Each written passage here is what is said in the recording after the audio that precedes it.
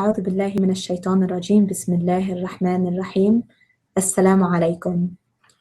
In today's pre-iftar Quran, we are going to discuss Juz 20.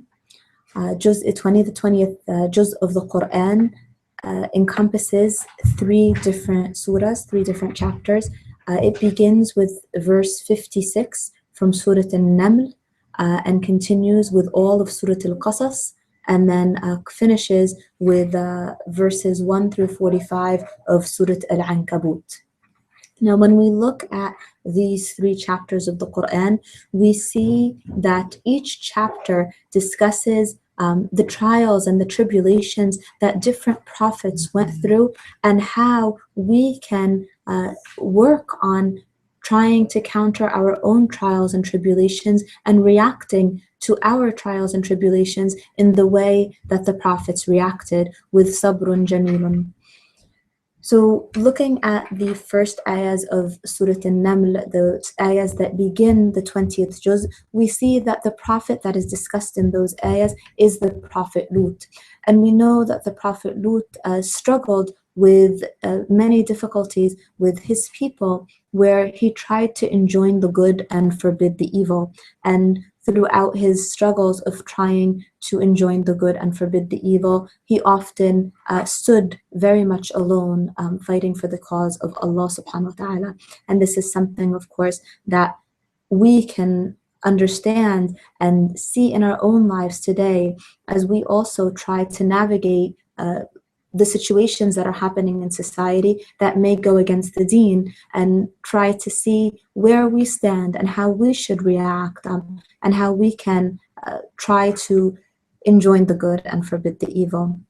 So as we move down the verses, those early verses of the beginning of the 20th juz in Surah An-Naml, for me personally, I think there is a very interesting repetition of a phrase that is repeated in verses 60 through 64 in Surah An-Naml. And it's a verse that's repeated often at the end of each of these, it's a phrase that's repeated often at the end of each of these verses. And we see it in verse 60, the phrase that is repeated is أَإِلَهٌ مَعَ اللَّهِ. And then verse 61, we see again towards the end of the ayah, the same phrase is repeated, أَإِلَهٌ مَعَ اللَّهِ. And in verse 62, again, we see the same phrase repeated, أَإِلَهٌ مَعَ اللَّهِ. And in 63 and in 64, أَإِلَهٌ مَعَ اللَّهِ. So what is the meaning of that phrase, and why is the repetition so important for us to understand? We know when Allah subhanahu wa ta'ala repeats something in the Quran, it is an advisement to us, something that we should take and pay attention to. Ilahun ma'Allah is the question that is being asked of those who do not believe in La ilaha illallah. The question is, can there be, or is there another deity with Allah subhanahu wa ta'ala? And the fact that it is repeated over and over and over again in 4 different verses in Surah An-Naml, we see the importance of us recognizing that La ilaha illallah is not just a shahada that we say, but it is a shahada that we live. And throughout Surah An-Naml, we see Allah subhanahu wa ta'ala expounding upon the miracles of creation and asking us to look around. And how can we deny when we look at the incredible miracles of the creation of Allah subhanahu wa ta'ala, from the smallest ant who is able to create entire colonies and carry such large amounts of weight upon its back, to the largest creations of Allah subhanahu wa ta'ala. When we look up at the sky, at the solar system, at the mountains, at the oceans, and we marvel at these creations, then surely in answering that question, أَإِلَهٌ مَعَ اللَّهِ, the only answer can be La ilaha illallah, that there is no God but Allah subhanahu wa ta'ala. And this is really the crux of Surah An-Naml, of understanding that everything goes back to that worshipping of Allah subhanahu wa ta'ala, of knowing that there really is only one God, and that God is Allah subhanahu wa ta'ala. And we see at the end of verse 64, after that question, that phrase is asked again, أَإِلَهٌ مَعَ اللَّهِ. we see that the translation of the ending of that verse is, say, produce your proof if you should be truthful. And Allah subhanahu wa ta'ala is asking those who disbelieve, those who commit shirk, to produce proof as to how there could be any other deity with Allah subhanahu wa ta'ala. And although today we often think that we don't commit shirk, that we believe in La ilaha illallah, that we don't pray to idols, that we don't have any belief that there is anyone but one Allah subhanahu wa ta'ala, but we often commit a sort of a hidden shirk, and that's something that each of us should reflect upon, that when we stand in our prayer, is it truly Allah subhanahu wa ta'ala that we think of in those moments of silence, or are we thinking about that post that we just put up on Facebook? Are we thinking about the argument we just had with a friend? Are we thinking about the paycheck we're going to get at the end of the week?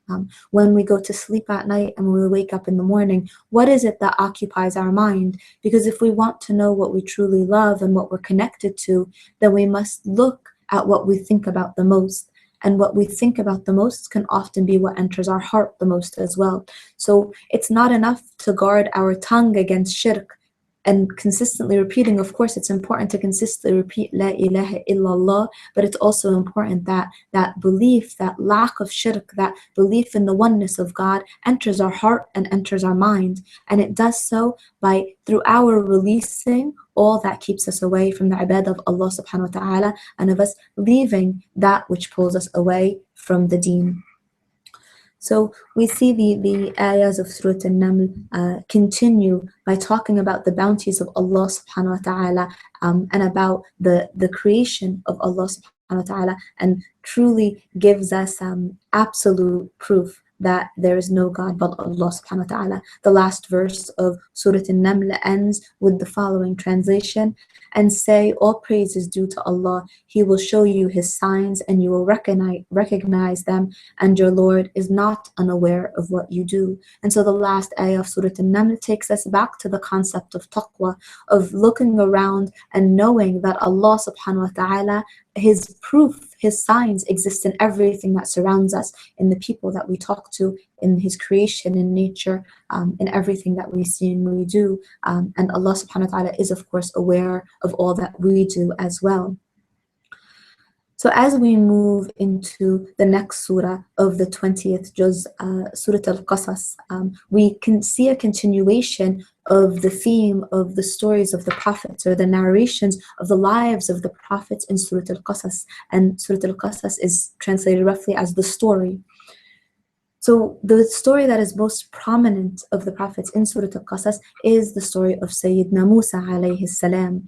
And we see that in the revelation where we are understanding the story of Sayyidina Musa alayhi salam, we see just how one individual dealt with a great deal of trial and tribulation, how this prophet of God alayhi salam dealt with what he was given and what was on his plate. And not only what he dealt with it, but we also see in the Quran that how from his very birth, his own mother was able to deal with trial and tribulation in a way that was pleasing to Allah subhanahu wa ta'ala. So if we look at the 7th and the 8th verses of Surat Al-Qassas, we see that Allah subhanahu wa ta'ala relates to us what the mother of Prophet Musa alayhi salam went through when he was born. Now we know that it was a struggle for her when her son was born, because she feared that the tyrant Fir'aun would kill the newborn baby boy, as was his custom, as what he was trying to do. And yet the verse 7 in Surah Al-Qassas tells us, and we inspired to the mother of Musa, suckle him, but when you fear for him, cast him into the river, and do not fear and do not grieve. Indeed, we will return him to you and will make him one of the messengers. Now imagine a mother who has given birth to a child and realizing that this child is in grave danger. A mother's first instinct when she feels her child is in danger is to pull that child close to her, to shield that child, to think that the nearer she keeps this child to her, the more likely she is to protect that child. And yet we see here that the mother of Musa alayhi salam had that sense of tawakkul, had that strong sense of iman, that when she feared for the life of her child, she did not hold him close to her. She did not say, he'll be safest with me. Instead, she was inspired by Allah subhanahu wa ta'ala to put him in the river. And again, it seems as if, it would be against all odds that a mother trying to save her child would send him in a basket in the river. And yet this is the power of Allah subhanahu wa ta'ala, and the power of trusting in Allah subhanahu wa ta'ala, knowing that Allah subhanahu wa ta'ala is the best of all planners and the greatest of all protectors, and yet still trusting to do the actions, to take the steps that are pleasing to Allah subhanahu wa ta'ala. And so when she places the child in the basket, and she sends her daughter, the sister of Musa alayhi salam, to see where the basket will land, she finds that the basket lands where? In the very arms, or in the very home of the evil that she thought she was trying to avoid, that she didn't want him to be near. And so Sayyidina Musa lands in the home of Fir'aun, and he is taken in by Fir'aun and Sittina Asiya radiallahu anha. And we see again that in this, there is so much that we can learn, because so many times in life we think that we can control our circumstances. We try and try and try to control not only our circumstances but those around us as well. We think that the more we protect our children, the less likely they are to get hurt. We think that the more we protect our spouse and keep them close and try to control them, the less likely they are to go on a wrong path or in a different way. And so this matter of control is one that's actually very detrimental, and that we within ourselves should try to work on learning how to let go and learning how to let God, which means, as the mother of Musa alayhi salam believed that Allah subhanahu wa ta'ala was truly the best of all protectors and the best of all planners, she put her trust in Allah subhanahu wa ta'ala. And in putting that basket in the river, in her heart of hearts, she knew that her son would be protected.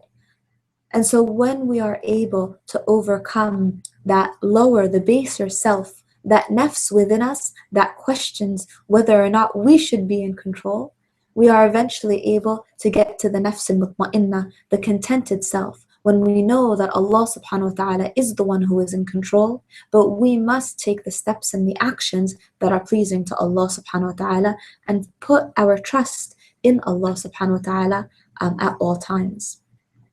Now, as we continue to read through the surah and we see the difficulties that Sayyidina Musa alayhi salam went through, and yet inna ma'al usri yusra, with every trial there is ease, with every tribulation there is ease, and we see that occurring with Sayyidina Musa as well.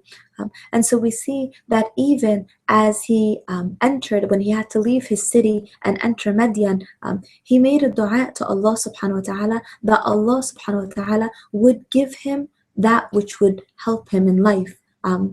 And he would consistently make dua. For example, when we look at verse 21, Sayyidina Musa alayhi salam says, "My Lord, save me from the wrongdoing of people." And he was consistently asking for guidance from Allah subhanahu wa ta'ala. In verse 22, Sayyidina Musa alayhi salam says, "Perhaps my Lord will guide me to the sound way." And it's this constant looking for what is best and understanding that Allah subhanahu wa ta'ala is the best of all planners, just as his own mother, the mother of Musa alayhi salam, believed in that as well and acted upon that. In verse 24, in Surah 28, in Surah Al-Qassas, we see a very beautiful dua where Sayyidina Musa alayhi salam says, رَبِّ إِنِّي لِمَا أَنزَلْتِ إِلَيَّ مِنْ خَيْرٍ فَقِيرٌ. My Lord, indeed I am for whatever good you would send down to me in need. And we are all in need of whatever good that Allah subhanahu wa ta'ala can send down to us. So it's a dua that we should all recite and hold near to our heart, especially in these last 10 days of Ramadan, when sometimes when what we seek out in our dua may not be what's best for us. Sometimes it's best to understand that Allah subhanahu wa ta'ala is the best of all planners, and our greatest dua can be the dua that replicates the dua of Musa alayhi salam, my Lord, indeed I am for whatever good you would send down to me in need. So we see as Sayyidina Musa recited this dua, his dua was of course answered, and he was blessed with a righteous wife, and he was blessed with work in Madian, and he was blessed with realizing that nafs al-mutma'inna, that contented self that connects with Allah subhanahu wa ta'ala in a way that goes far beyond any human relationships that could ever be established. So when we look at verse 31 in Surat Al-Qassas, we see that when Sayyidina Musa alayhi salam approaches the fire and hears the commandment of Allah subhanahu wa ta'ala, Allah subhanahu wa ta'ala commands him. In this verse we're told, Allah reveals to us, He says, and he was told, throw down your staff. But when he saw it writhing as if it was a snake, he turned in flight and did not return. Allah said, O Musa, approach and fear not. Indeed, you are of the secure. Now we see that Sayyidina Musa alayhi salam is commanded to let go of that which he held on or leaned onto for support. So the staff that he consistently leaned upon was thrown down. He was commanded to put it down. And that staff, which he thought was his means of support, turned into a snake, turned into something that could harm him. Now, how many of us have our own staffs, our metaphoric staffs, things that we lean on, things that we think are our source of support, when in reality, if we were to throw them down and let our let our business and our most dearest longing, and we lend that up to Allah, we give that up to Allah subhanahu wa ta'ala, how many of us would see that what we lean on for support is truly nothing more than a writhing snake that can harm us rather than help us? And so we each need to look into our own hearts and see, what do we lean upon as a support that may stop us from giving ourselves up to Allah subhanahu wa ta'ala, giving our hearts up to Allah subhanahu wa ta'ala? What is it that focuses our attention? Is it our cell phone? Is it our social media? Is it our work? Is it our relationships? Are we over-dependent on our spouses? Are we over-dependent on our children? Are we over-dependent on friends and individuals? And if we find ourselves leaning on this staff, then that is when we need to put that staff down and really turn to Allah subhanahu wa ta'ala, so that in our moment of deepest need, we don't turn our hands outstretched to the people, but instead we turn them upward to Allah subhanahu wa ta'ala, knowing that Allah subhanahu wa ta'ala will send us the people and what we need at that moment to help us the most. So this is, to me personally, one of the most important lessons to learn from Sayyidina Musa, and what it is that he struggled with. Because throughout his struggles, even when he was up against Fir'aun, even when he felt like he was being pushed and went through trials and tribulations in so many ways through his own people, he always turned to Allah subhanahu wa ta'ala. He knew that that staff of support was not a staff that truly supported him, that it was Allah subhanahu wa ta'ala that was always supporting him. And we see the last verse of Surat Al-Qassas reminds us of what we were just speaking about in Surat An-Naml, of that phrase that repeated so often in Surat An-Naml in verses 60 to 64, أَإِلَهٌ مَعَ اللَّهِ. And we see in the last verse of Surat Al-Qassas the answer to that question, or the answer to that phrase. The last verse is translated as, and do not invoke with Allah another deity. There is no deity except Him. And so the answer to that question, as recited in the Arabic of the verse, is La ilaha illa huwa. The answer to A'ilahun ma'Allah is La ilaha illa huwa. And you see that in the last verse of Surah Al-Qassas. Now, to just wrap up quickly the end of Juz' 20, it's important for us to take a look at the beginning ayahs of Surah Al-Ankabut, which is the surah, the chapter of the spider. And we see that Surah An-Naml, the chapter of the Naml, talks about the creation of Allah subhanahu wa ta'ala and the miracle that such a small creature can carry so much and can be so strong. And we see now in Surah Al-Ankabut a verse that tells us that the home of the spider, although it looks so intricate, although it looks like takes such a long time to create, it is really very flimsy. And so we see that what we may think is something that is very important and that occupies our mind, in reality, we equate the dunya in comparison to the ocean. If you look at the ocean as everything and you dip your finger into the ocean, that drop of water that comes onto your finger is like the dunya in comparison to the ocean representing the akhirah. So we see that what is in this dunya is very fleeting, and we see that what we sometimes believe occupies a great deal of our mind, or what we believe from an external view is very important and very intricate, and is sometimes not nearly as intricate or as strong as we think it might be. So the second verse of Surah Al-Ankabut is a verse that's important for us to recognize. The verse is translated as follows: "Do the people think that they will be left to say, 'We believe,' and they will not be tried?" The trials of life, the tests and the tribulations that we go through may not be to the extreme of the trials and the tests and the tribulations that the Prophet, peace and blessings be upon him, had to endure. And yet, within our own lives, in our own perspectives, they may seem incredibly hard and difficult for us to go through.